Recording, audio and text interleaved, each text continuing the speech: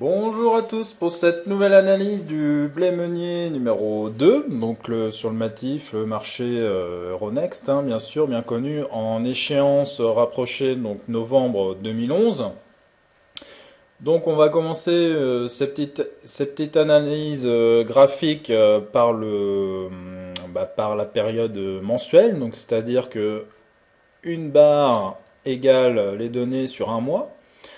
Donc ce qu'on peut dire, c'est que bon, après avoir marqué un plus haut en 2008 et à nouveau atteint à nouveau à peu près presque le même plus haut fin 2011, début 2011, ici et puis ici.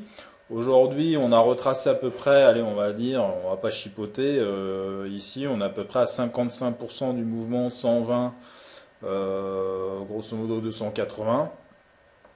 Et donc aujourd'hui, le marché est un peu en phase, on va dire, il cherche un peu, quoi. On a fait une grosse chandelle, un gros marabouzou, on appelle ça. Vous regarderez sur internet ce que c'est, vous pouvez me demander. Baissier. Et depuis, on dessine deux petits chandeliers haussiers. Alors, bon, pour l'instant, on peut penser que ce n'est qu'une pause dans la baisse.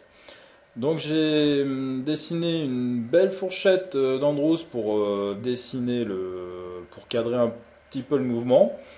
Donc on voit que pour l'instant la fourchette a l'air valide. Bon, néanmoins on n'a toujours pas touché la médiane, donc les cours peuvent aller bien sûr bien plus bas, mais peuvent aussi revenir retester l'oblique supérieur ici sur mon pointeur. Donc on verra pour la suite, à voir, à voir.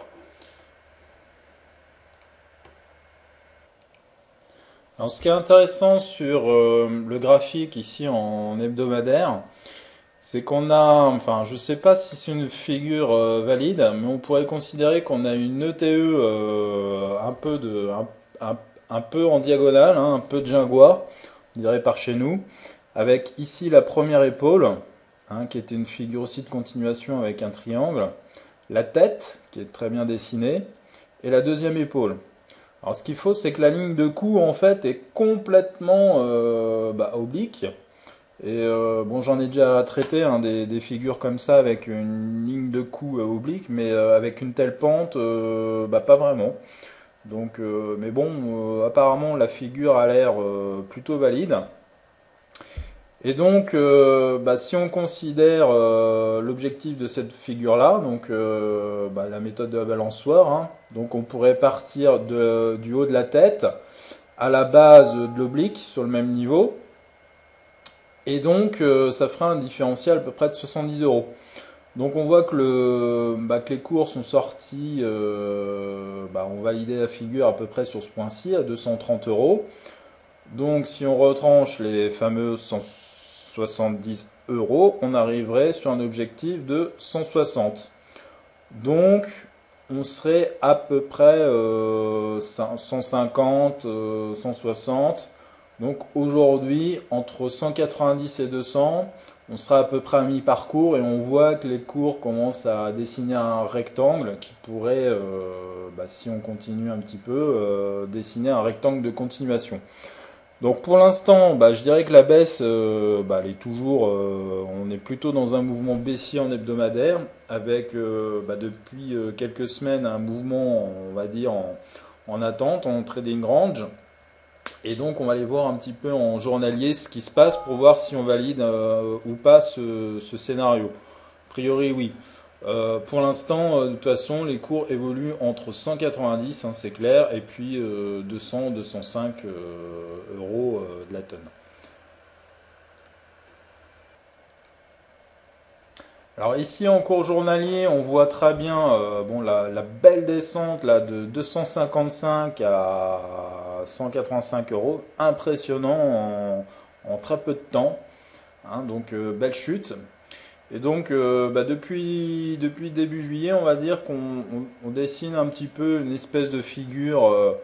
Allez, on va essayer de dessiner en direct pour faire plaisir.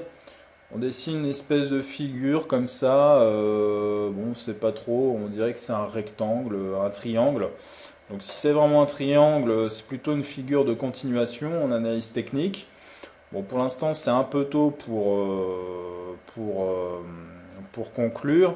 Bon, on voit qu'au niveau du MACD, bah, pour l'instant, on a fait un plus bas, hein, qui accompagnait plus bas sur les prix. Et là, on voit que le MACD ne sait pas trop non plus. Donc plutôt période d'indécision, plutôt favorable à la baisse.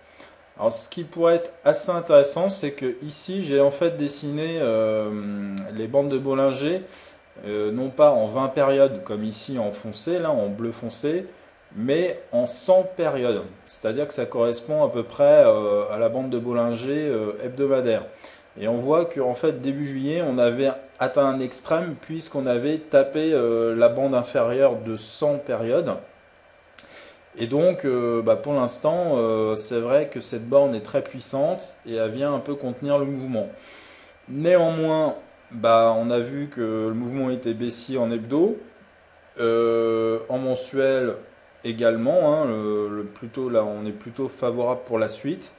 Donc si jamais on sort par le bas sur cette figure, ou par les 185 là, qui viennent borner le bas là, sur mon pointeur, bah, on risque de très très vite aller vers les fameux 160. Hein.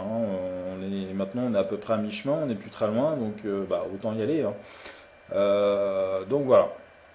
Donc aujourd'hui, bah, quel scénario, qu'est-ce qu'on peut faire? Bah, ceux qui ont un peu peur, qui veulent un peu protéger leur marge, bah, peuvent protéger leur position, hein, ou vendre un petit peu de physique ou du terme, ou utiliser bah, les options pour limiter son risque. Hein. Donc voilà pour cette semaine. Donc c'était bah, une des seules analyses de l'été. C'est vrai que j'ai un peu de moins en moins de temps. Je vous souhaite bah, une bonne fin d'été, de bonnes vacances pour ceux qui partent ou qui y sont encore. Et puis à très bientôt, évidemment.